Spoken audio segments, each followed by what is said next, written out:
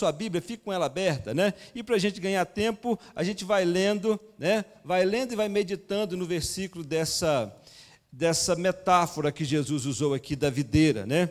João 15 é uma das passagens, né, mais profundas e ricas no Novo Testamento.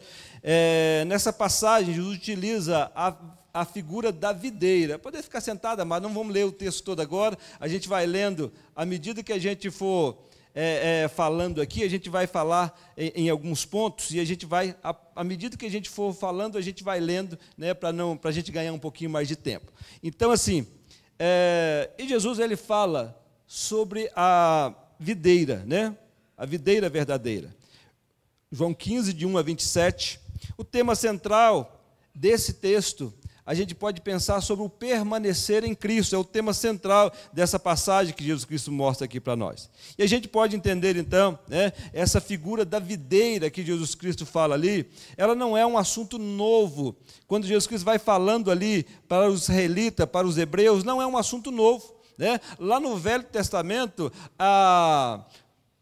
Israel foi considerado como a videira, né? Em alguns textos da Bíblia, nós vamos vendo ali que Jesus Cristo foi considerado como a videira, que Israel foi considerado como a videira, mas aquela videira que não permaneceu, aquela videira que não deu fruto, aquela videira que foi escolhida por Deus para que desse fruto, mas que falhou em algum momento. E agora ele traz para nós, ele dizendo que eu sou a videira verdadeira, né? Ele vai dizendo então que ele é a videira verdadeira. Assim como Israel falhou, né?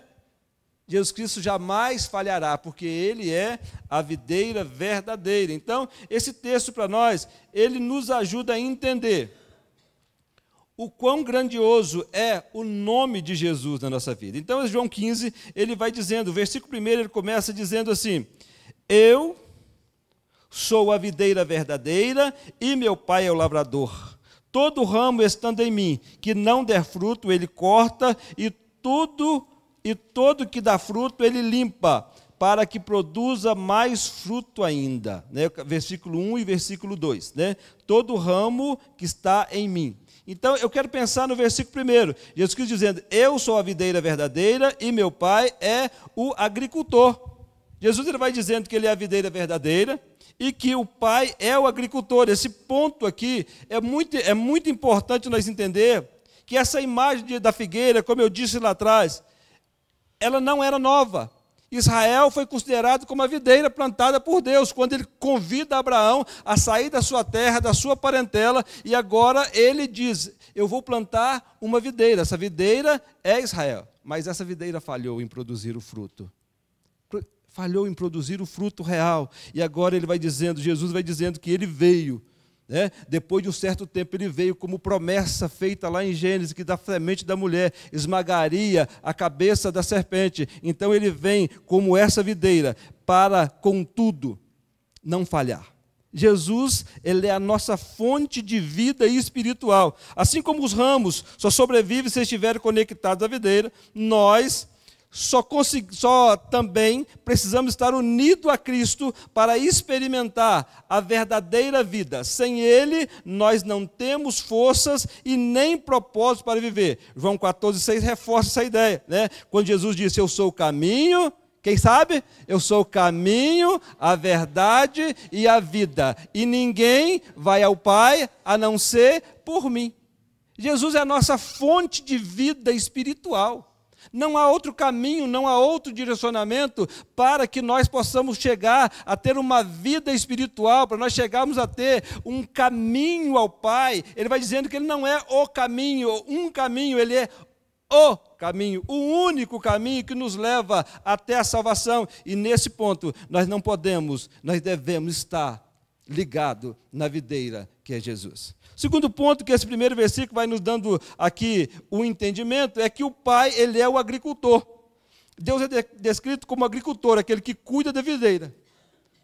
E o cuidar, amados, apenas não é, quando a gente fala de cuidado, muitas vezes a gente pensa só naquele cuidado, né, de ficar protegendo o tempo todo, né? Mas aqui tem algo interessante que ele vai dizendo aqui. Deus como Pai, como agricultor, que cuida da videira, Ele é aquele que poda, limpa, cuida para que a videira produza frutos abundantes. A poda, amado, muitas vezes pode parecer dolorida, né? Porque a poda é o quê? Ela tem que ser cortada. Muitas vezes em nossa vida nós precisamos passar por algumas podas para que nós possamos frutificar. A Bíblia vai dizendo para nós que Deus corrige a quem Ele ama. O apóstolo Paulo ele vai dizendo, né, que vocês devem ficar felizes por passar por diversas provações. Porque Deus ama, né, corrige a quem Ele ama. Então o Pai é o agricultor das nossas vidas. Ele é o agricultor que cuida da videira, que é Jesus, para que nós possamos então entender isso. E aí, amados, Charles Spurgeon, né, um grande pregador, ele nos lembra que Deus nunca desperdiça o corte. Cada prova tem um propósito redentor na nossa vida. Tem um cântico que eu gosto muito, diz que cada vez que a minha fé é provada, tu me dás a chance de crescer um pouco mais. Amados, é muito bonito falar isso, mas às vezes quando a gente está vivendo nesse tempo de prova, quando a gente está vivendo um tempo difícil, muitas vezes a gente não compreende isso. Hoje eu falei de manhã sobre obediência à palavra. Então, a gente obedecer à palavra, a gente vai começando a perceber e a entender esses momentos, amado. Muitas vezes a gente passa por tantas aflições e, na verdade, as aflições eram só um ponto que Deus estava nos colocando para nos voltar para o caminho que Ele nos quer que passamos, para o propósito dEle para nós. Eu gosto sempre de pensar, né, nessa poda, como Deus nos trazendo de volta ao seu propósito, aquilo que Ele quer para nós. E nós fomos criados para quê? Nós fomos criados para adoração a Deus. Esse é o nosso propósito, amém? Você crê nisso? Nós fomos criados, não fomos criados para outra coisa. Você não foi criado para viver uma vida cheia de pecado, uma vida aí fora da presença de Deus, uma vida que não seja de acordo com a vontade de Deus. Você foi criado, Isaías fala isso, nós fomos criados para adorar a Deus. E eu gosto de pensar no propósito de Deus, e muitas vezes quando nós passamos por alguma situação complicada, amado, é como uma peça para um carro ou para uma máquina qualquer, ela foi projetada para estar no lugar certo, no momento certo, naquele lugar. Se você tentar usar, né, o volante do carro para colocar ele no lugar do pneu, vai dar certo? Não vai. Na engrenagem, né? O irmão ali é engenheiro mecânico, ele sabe disso, né? A engrenagem, às vezes ela é muito parecida, mas ela é um grauzinho menor, coloca ela no lugar errado, que ela vai quebrar todo o resto da máquina, não é assim que acontece? Muitas vezes, amado, é necessário uma poda de Deus, para que nós possamos voltar ao propósito para o qual nós fomos criados. E por isso é tão importante obedecer a palavra, como eu disse de manhã, e permanecer em Cristo, porque Cristo é a videira verdadeira. Depois, os ramos. Os ramos representam os crentes. Cada crente é um ramo da videira. O nosso chamado é produzir frutos que glorifiquem a Deus. Não somos autônomos. Dependemos totalmente de Jesus na nossa vida. Dependemos de Jesus para sermos frutíferos. Como Paulo declara lá em Gálatas 2:20. Fui crucificado com Cristo, agora já não vivo eu, mas é Cristo que vive em mim. Vamos repetir isso, todo mundo junto? Agora já não vivo eu, mas é Cristo que vive em mim. Maravilhoso esse texto, amado. Mas só vai acontecer isso, amado, quando a gente compreender qual é o meu propósito, o que Jesus Cristo quer da minha vida. Porque até então, você vai dizer, como?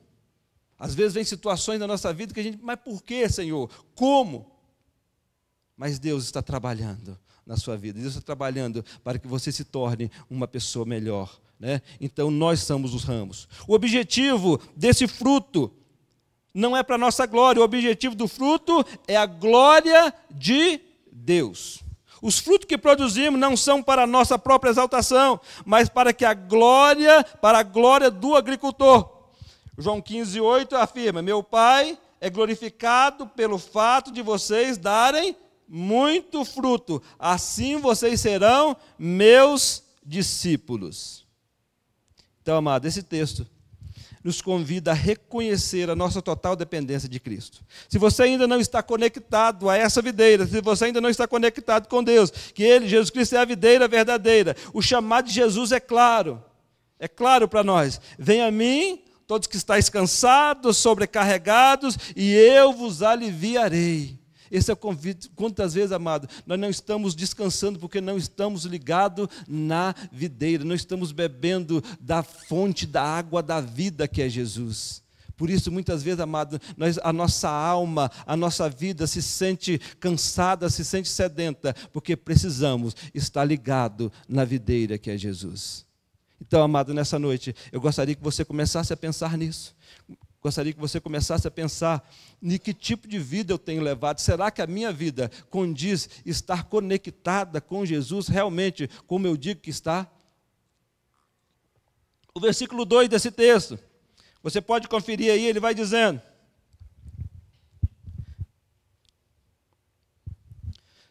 todo ramo estando em mim e não der fruto, ele corta, e todo que dá fruto, ele limpa, para que produza mais fruto ainda.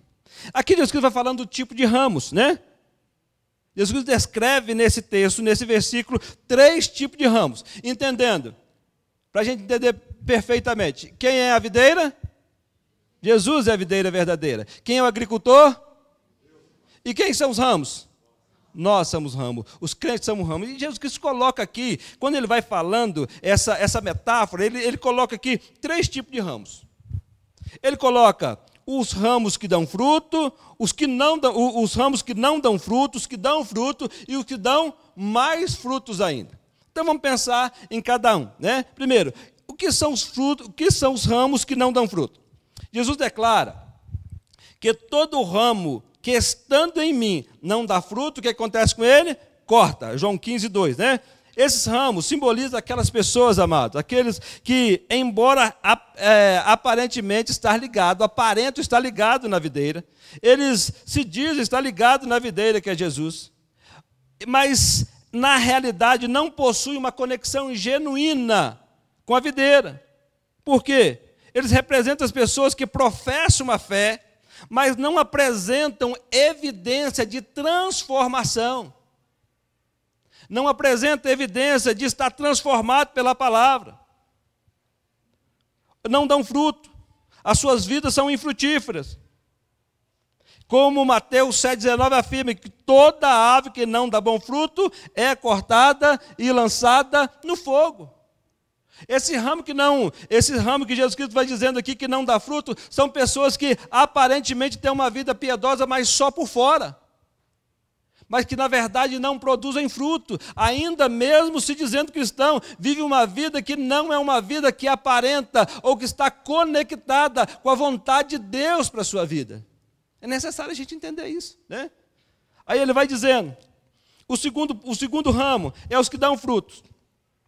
Estes são os ramos que estão verdadeiramente ligados à videira e começam a produzir frutos. No entanto, mesmo estes ramos passam pelo processo da poda. Jesus explica que poda para que dê o quê? Mais frutos ainda. A quem muito deu, muito será cobrado.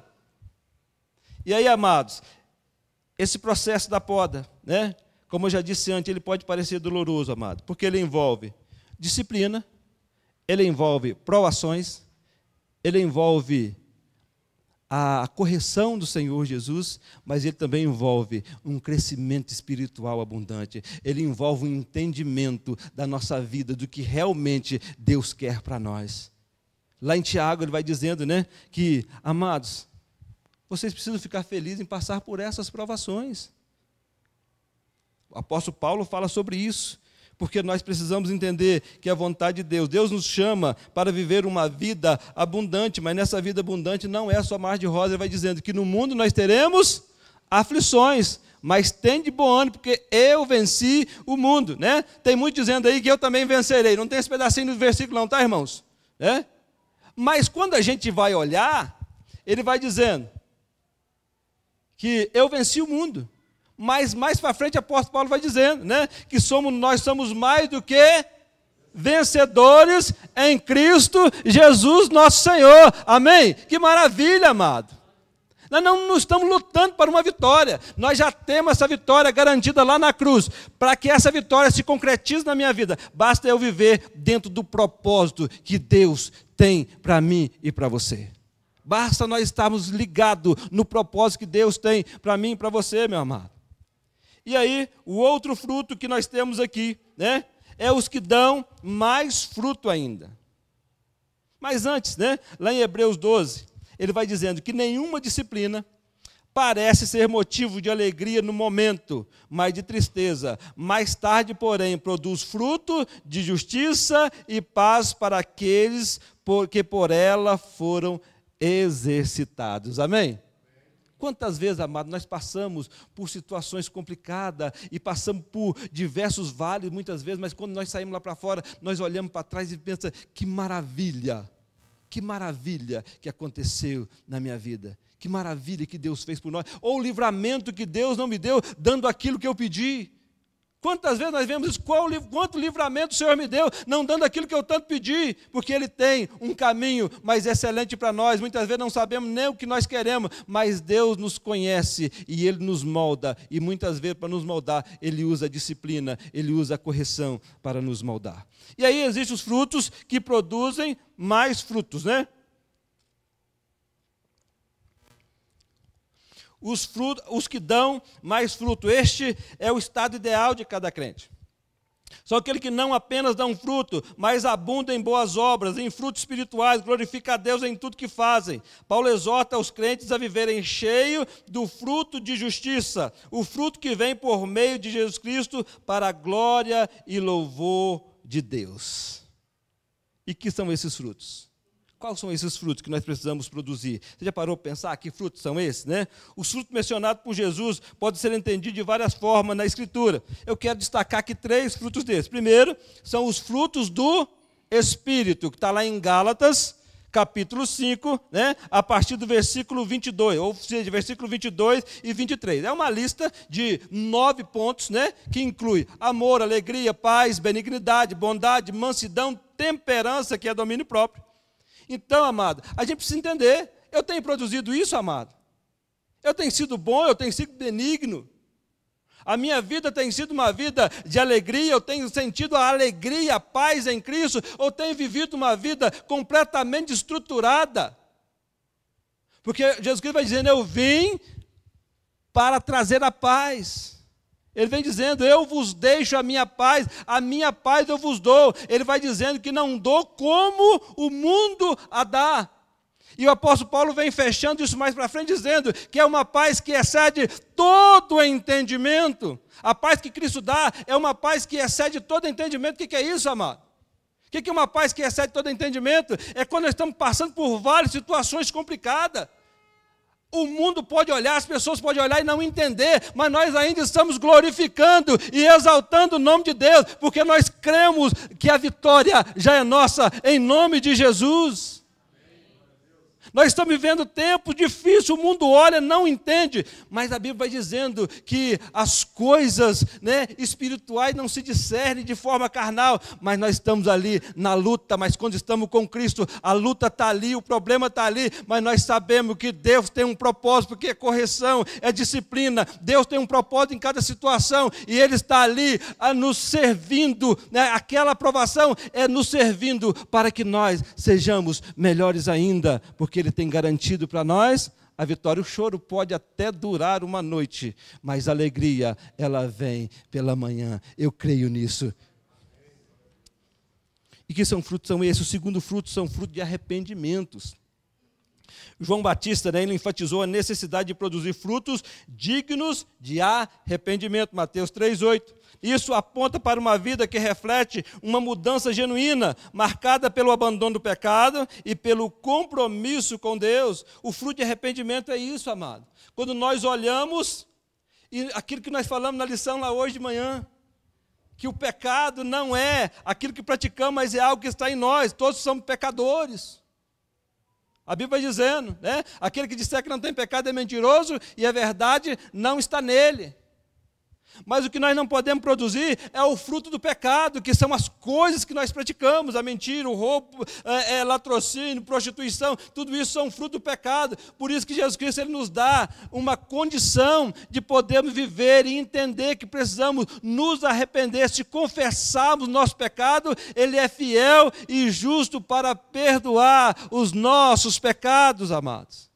É isso que Jesus Cristo traz para nós. Esse tipo de vida que Ele quer para nós. Então, Ele vai trazendo isso. E outra coisa, é fruto de serviço a Deus. Fruto de serviço a Deus. Você tem produzido fruto de serviço a Deus? O que é isso? O fruto de serviço a Deus é louvor, adoração, exaltação ao seu nome, obedecer à sua vontade, obedecer ao ID dEle. Pregar o evangelho a toda criatura, que é o mandamento, é discipular, é que a sua vida seja um exemplo, que as pessoas olhem para você e comecem a querer viver como você, exemplo de vida. Isso são frutos para Deus também, é fruto de serviço para Deus. E eu quero, amado, essa metáfora dos ramos nos desafia a refletir em algumas coisas. Primeiro, estamos vivendo verdadeiramente conectados à videira, produzindo frutos que glorificam a Deus? Pense nisso, amado. Eu tenho vivido uma vida que o que eu tenho feito, os frutos que eu tenho produzido, tem sido agradável a Deus, tem sido fruto que agrade, que glorifica o nome de Deus? Ou estamos vivendo uma vida infrutífera, desconectado da fonte de vida? Como você tem vivido, amado? Pensa aí. Olhe para dentro de nós. Tem um texto que a gente usa muito ele na ceia, que diz assim: examine, pois, o homem a si mesmo. E eu quero chamar a igreja hoje a pensar nisso, a examinar como está vivendo a sua vida, como que nós temos vivido a vida. A minha vida tem sido fruto, os frutos que eu tenho produzido têm agradado a Deus, está sendo verdadeiramente conectado, a minha vida está conectada à vontade, à videira que é Jesus Cristo, produzindo frutos que glorificam a Deus, ou estou vivendo uma vida infrutífera, desconectada da fonte de vida? O convite de Jesus permanece claro para nós: permaneçam em mim e eu permanecerei em vocês. Permaneçam em mim e eu permanecerei em vocês. Esse é o convite de Jesus para nós. Se você se sente, amado, que ainda precisa de algo, é tempo de olhar para dentro de nós e começar a pensar: como eu estou vivendo? Porque eu preciso viver uma vida que agrade ao Senhor, produzindo frutos que agradem e glorifiquem o nome do Senhor. O segundo ponto que eu quero pensar com você nessa noite, amado, está lá do versículo 4 ao versículo 7. Você pode acompanhar a leitura comigo aí. 15, de 4 a 7, que vai dizendo assim: permaneça em mim e eu permanecerei em vocês. Como o ramo não pode produzir fruto de si mesmo, se não permanecer na videira, assim vocês não podem dar fruto, se não permanecerdes em mim. Eu sou a videira verdadeira, e vocês são os ramos. Quem permanece em mim e eu nele, esse dá muito fruto, porque sem mim vocês não podem fazer nada. Se alguém não permanecer em mim, será lançado fora à semelhança do ramo, e secará, e o apanharão e lançarão no fogo, e o queimam. Se permanecerem em mim e as minhas palavras permanecerem em vocês, pedirão o que quiserem e lhes será feito, ou será concedido. Eu quero pensar, amado, nisso aqui. Primeiro, nós precisamos, nós temos uma necessidade de permanecer em Jesus. Jesus enfatiza isso repetidamente, a necessidade de permanecer nele. Permanecerei em mim e eu permanecerei em vocês. Essa declaração, ela é um ponto crucial nessa passagem e também na nossa vida.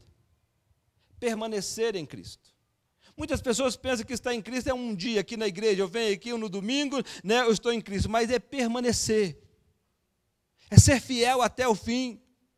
Ser fiel até o fim e terás a coroa da vida. E aí a gente precisa entender, e que como permanecer em Cristo, por que é necessário permanecer em Cristo? Porque a palavra de Deus vai dizendo: assim como o ramo não pode dar fruto se não estiver na videira,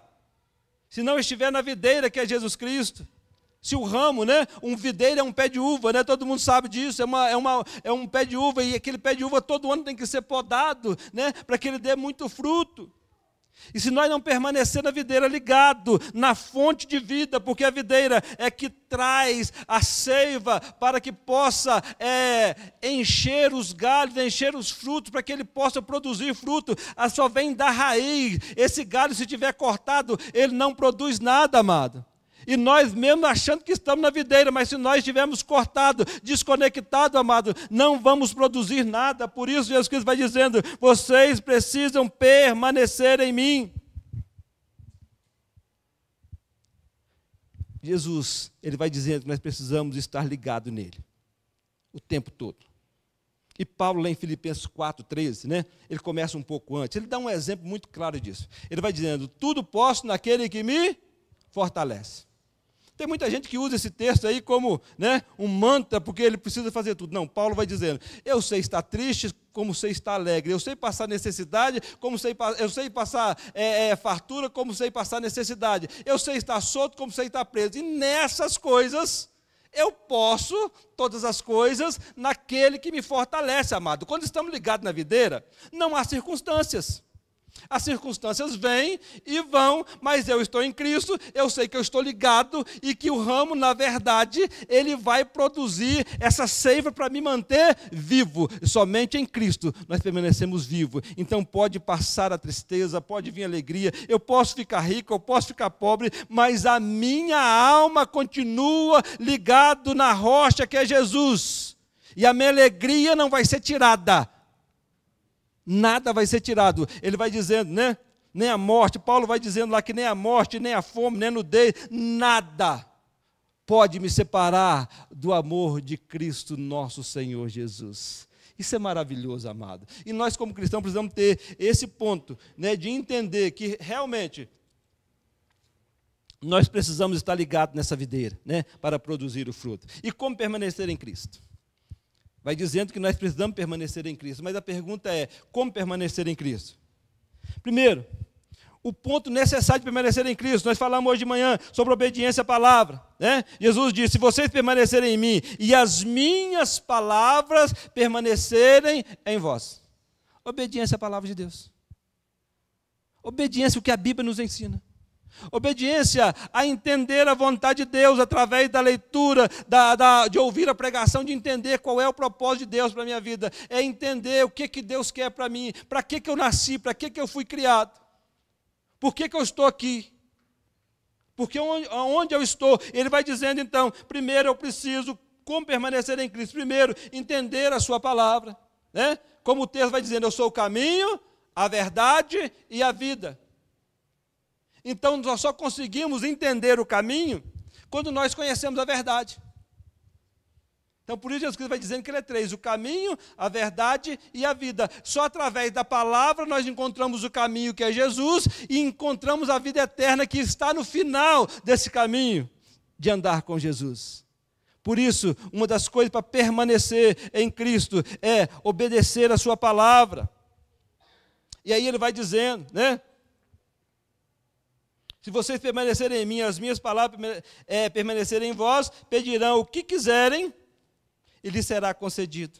Permanecer em Cristo significa estar em comunhão constante com Ele. E Ele vai dizendo, pedir o que quiser e será feito. É outro ponto de permanecer em Cristo, através da oração, através da nossa vida ligada ao Senhor em oração. Se tem uma coisa que muitas vezes a igreja tem perdido, amado, é esse tempo de oração, essa busca de oração, essa busca de contato com Deus, diálogo com Deus.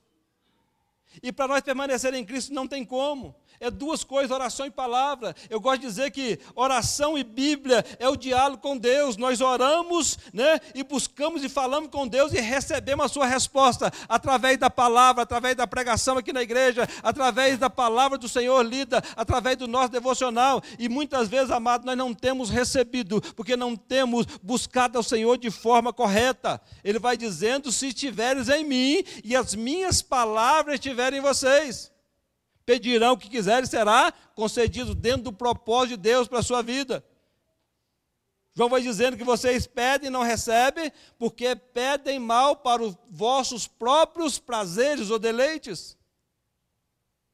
Temos que aprender a orar segundo a vontade de Deus, e só conseguimos entender isso quando nós oramos dentro da palavra. O outro, permanecer em Cristo pela obediência. Permanecer em Cristo também implica em obedecer aos seus mandamentos. Jesus afirma: se vocês obedecerem aos meus mandamentos, permanecerão no meu amor.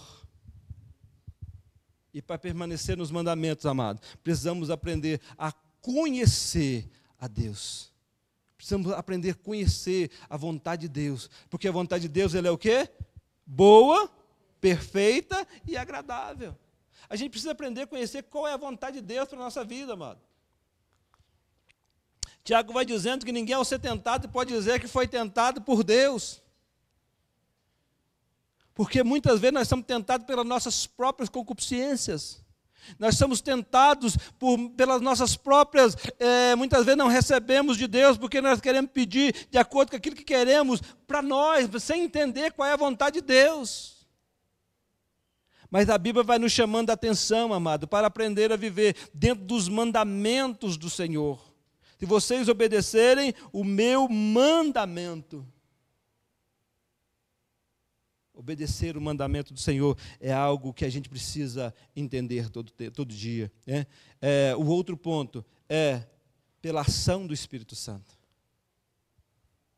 A gente precisa encher. O apóstolo Paulo vai dizendo, né? Não embriagueis com vinho, mas enchei-vos do Espírito Santo. A gente precisa buscar ser cheio do Espírito Santo, amado. Muitas vezes a gente fica pensando o que é cheio do Espírito Santo, né? A gente precisa entender que a igreja, que nós como servos de Deus, precisamos buscar o Espírito Santo na nossa vida, para que a nossa vida seja uma vida avivada, um avivamento precisa acontecer na nossa vida. E muitas vezes nós temos medo de falar em avivamento, né? Porque nós pensamos em avivamento como outras coisas, como alguns movimentos que tem aí, mas o avivamento que Deus quer para a igreja é quando há um quebrantamento de espírito. Não há avivamento que não seja com quebrantamento de espírito. O verdadeiro avivamento é quando nós olhamos para dentro de nós e reconhecemos o nosso erro, o nosso pecado, e caímos de joelho diante do Senhor e dizemos: olha, Senhor, sem a tua presença nós não somos nada. Aí vamos ter uma vida avivada, que é uma vida que é conectada à vontade de Deus.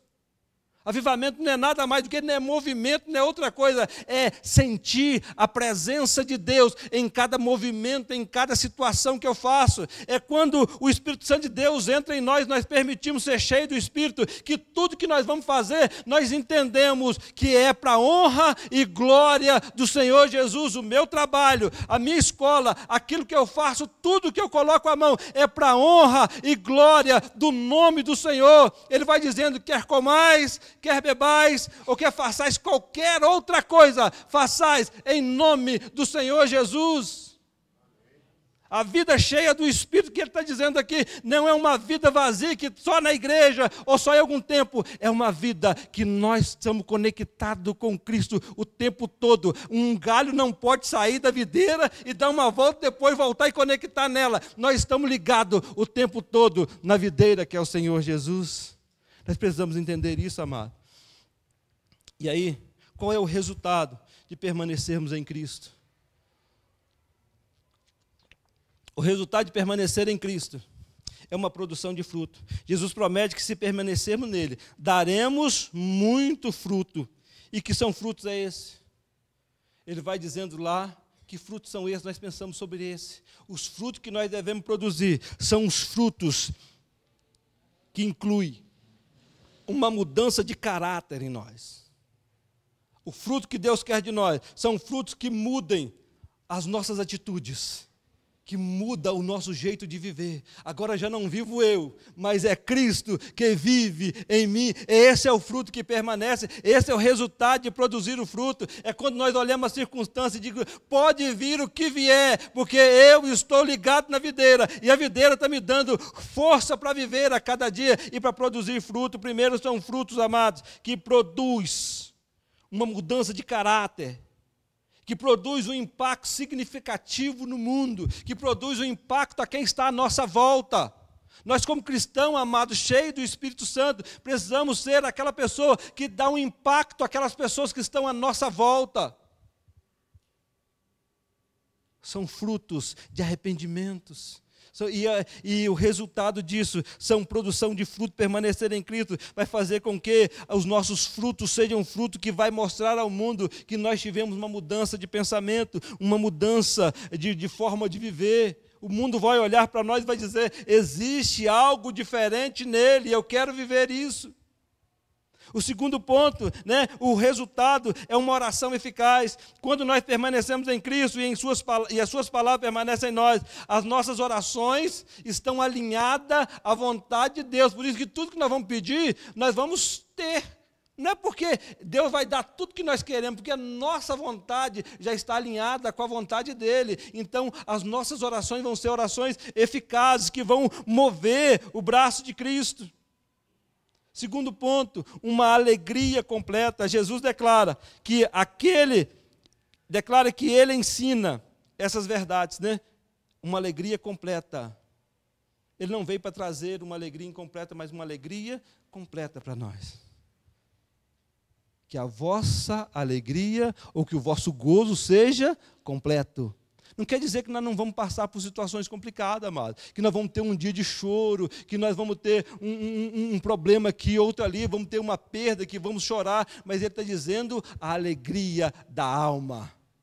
A nossa alma vai permanecer sempre ligada ao Senhor. A tristeza momentânea, isso é do ser humano. Todo mundo um dia vai chorar pela perda de alguém, porque aconteceu alguma coisa, mas a alegria da alma, ela permanece, porque nós sabemos em quem nós temos crido. Em quarto lugar, amados, que eu quero pensar com vocês, está em João 9, João 15, de 9 a 17, que diz assim, como o Pai me amou, eu também vos amei, permanecei no meu amor. Se vocês guardarem os meus mandamentos e permanecerem no meu amor, assim também como eu tenho guardado os mandamentos de meu Pai, e no seu amor permaneço. Tenho-lhe dito essas coisas para que a minha alegria esteja em vocês e a alegria de vocês seja completa. O meu mandamento é este, que vocês amem uns aos outros, assim como eu vos amei. Ninguém tem maior amor do que este, de alguém dar a própria vida pelos seus amigos. Vocês são meus amigos se fizerem o que eu vos ordeno. Já não vos chamo servo, porque o servo não sabe o que faz o seu senhor, mas vos tenho chamado de amigo, porque tudo quanto ouvi de meu Pai, lhes dei a conhecer. Não foram vocês que me escolheram, pelo contrário, eu vos escolhi e vos designei para que vão e deem fruto, e fruto que permaneça, a fim de que tudo que pedirem a meu Pai, em meu nome lhes será concedido. O que eu lhes ordeno é isto, que vocês amem uns aos outros. Amados, o amor e a obediência como marca da vida cristã. O padrão maior de Jesus é o amor. Jesus vai dizendo, Ele traz alguns aspectos aqui para nós. Ele vai dizendo que nós precisamos aprender a amar. O amor é como uma marca de Cristo. Jesus Cristo, Ele é amor. A Bíblia vai dizer que Deus é amor. E nós somos representantes de Deus. A Bíblia vai dizendo que nós precisamos amar uns aos outros, como Ele e o Pai somos um. Nós precisamos amar uns aos outros, de forma tão grandiosa que o mundo vai conhecer ou saber que nós somos discípulos de Jesus pela forma em que nós amamos uns aos outros. E, amado, eu quero trazer aqui um ponto para a igreja do Senhor, para a igreja nessa noite, referente ao amor. Deus deu um mandamento para nós de amor, Que nós precisamos fazer o quê? Amar ao próximo como a nós mesmos, não é isso? A Bíblia vai dizendo que nós devemos amar o próximo como a nós mesmos. Isso é um mandamento, não é um pedido, é um mandamento. Esse amor não é um amor-sentimento. Não é um amor-sentimento, porque eu não posso ter um sentimento de amor por alguém que eu vi pela primeira vez. Mas esse amor é um amor que é um amor sacrificial, é o amor ágape, que nós olhamos para o outro e nos colocamos no lugar dele. Nós vemos alguém que sofreu uma perda, não sabemos nem quem é, nós vamos chorar junto, nós vamos lá, quando alguém perde, a gente vai tirar do nosso próprio e dar para ele, não é verdade? Nós vemos alguém com fome, nós tiramos da nossa despensa e damos para ele. É um amor mandamento do Senhor Jesus. Mas quando se fala da igreja, da igreja do Senhor, esse amor tem que ser diferente. Quando se fala dos membros da mesma igreja, esse amor precisa ser diferente. A Bíblia vai dizendo, né? Façai tudo, mas principalmente aos domésticos da fé. Ele vai dizendo que o amor nosso é um amor fraternal. Ame uns aos outros com amor fraternal, Paulo vai dizendo. O que significa amor fraternal? Amor fraternal é amor de família. Então nós, como igreja do Senhor, como corpo de Cristo, nós precisamos ter um amor diferencial daquele amor que nós temos lá de fora. O amor de lá é sacrificial. Eu não amo a ponto, né, de ter um sentimento, mas como irmãos da igreja, nós precisamos ter um sentimento real de amor um pelos outros. É um mandamento. Até porque, o que nós somos? A Bíblia nos compara como o quê? Como corpo, não é verdade? Não é verdade? Nós somos corpo? Então, o corpo ele está ligado. Eu não posso dizer que não amo meu pé, mas que amo mais a minha mão do que o meu pé, não é verdade? Eu preciso dos dois igualmente. Então, o amor, quando se fala da igreja, do povo de Deus, principalmente os que congregam no mesmo lugar, nós precisamos ter um amor mais afetivo, um amor real. Um mandamento do Senhor, até porque, se nós somos o corpo, nós somos o corpo de quem? O corpo de Cristo, não é verdade? Então, o que gera em nós, quando nós tomamos a ceia ali, que nós é um simbolismo, lógico, irmão, não é simbolismo, a ceia é um memorial, né? Mas quando nós olhamos e nós tomamos o cálice, nós estamos participando do mesmo sangue. Então, o sangue que corre nesse corpo chamado igreja é o sangue de Cristo nosso Senhor Jesus. Então, amado, aqui dentro, o amor precisa ser maior, por isso que a Bíblia vai dizendo, permanecei no meu amor. Ele vai dizendo isso. Então, amado, precisamos, o mandamento do amor, precisamos permanecer no amor do nosso Senhor Jesus. Esse amor é um amor de Jesus, foi um amor sacrificial, um amor prático, um amor incondicional. E precisamos também ter uma amizade com Cristo. Amados, eu quero pensar com vocês nessa noite. O quinto ponto aqui, né, é a promessa do Espírito Santo na nossa vida. Jesus Cristo vai dizendo que ele iria, mas que enviaria um outro Consolador. Ele vai dizendo, né, que ele vai dizendo, quando vier o Conselheiro que eu enviarei a vocês, da parte do meu Pai, o Espírito Santo da verdade, que provém do Pai, ele testemunhará a meu respeito. Amado, eu quero nessa noite chamar vocês para entender a vontade de Deus. Essa metáfora que Jesus usou aqui, eu sou a videira verdadeira e o meu pai é agricultor e nós somos o ramos, amado. Não existe nada melhor do que permanecer na videira que é Jesus. Não existe nada melhor do que permanecer no amor de Cristo. Não existe nada melhor do que permanecer na promessa que Deus tem. E agora Ele vai enviando uma outra promessa, uma promessa que Ele terá o Espírito Santo conosco, e esse Espírito Santo será o Consolador. Aquele que traz para nós uma transformação, um renovo. E nessa noite, amado, eu quero convidar a igreja, essa igreja do Senhor, a viver de acordo com a vontade dEle. A permanecer no amor. A entender qual é o propósito da minha vida, qual é o propósito da vida que eu tenho levado. Será que eu tenho vivido uma vida que frutifique o nome do Senhor? Será que eu tenho vivido uma vida que glorifique o nome do Senhor? Será que os frutos que eu tenho produzido, será que tudo que eu tenho feito, será que a minha vida tem glorificado o nome do Senhor? O que eu tenho feito durante o meu dia tem glorificado o nome do Senhor? Será que o que eu tenho feito na minha vida, os frutos que eu tenho praticado, será que tem sido fruto de arrependimento, algo que glorifique o nome do Senhor? Eu quero te chamar a atenção nisso, amado, nessa noite. Como tem sido a minha vida? Eu quero que você comece a refletir nessa noite, como tem sido a minha vida. Será que eu tenho sido esse galho que permanece no Senhor? Será que eu tenho sido o galho que dê fruto? Será que eu tenho produzido frutos de arrependimento? Será que eu tenho produzido frutos que impactam aqueles que estão ao meu redor? Ou será que a minha vida tem sido uma vida que não tem produzido nada?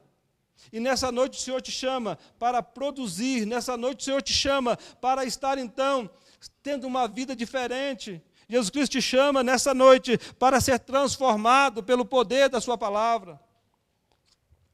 O Senhor te convida nessa noite para estar ligado nessa videira que é Ele.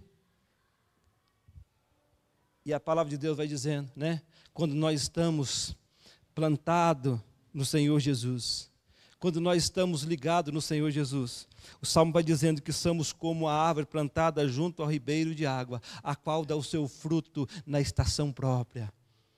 Essa água que jorra do trono, que é Jesus, essa água que jorra do trono, ela deve molhar a nossa vida, ela deve nos conduzir a uma vida que produza frutos, frutos que glorifiquem o nome do Senhor Jesus. E nesta noite, meu amado, eu quero te convidar a refletir como tem sido a minha vida, né? Vamos louvar o Senhor com uma música aqui. Vamos colocar de pé. E você pode